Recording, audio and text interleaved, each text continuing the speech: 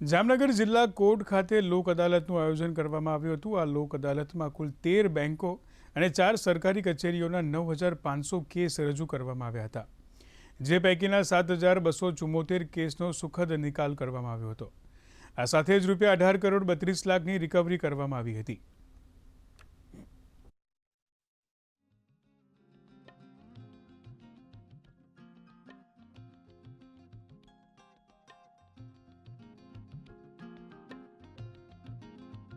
રાષ્ટ્રીય લોક અદાલતનું આયોજન district court Jamnagar મુકામે કરવામાં આવેલું છે। કુલ 13 બેંકો, 4 ફાઇનાન્શિયલ કંપનીઓ, BSNL, PGVCL, ગુજરાત ગેસ, ઈ ચલણ આ તમામ સંસ્થાઓએ ભાગ લીધેલો છે।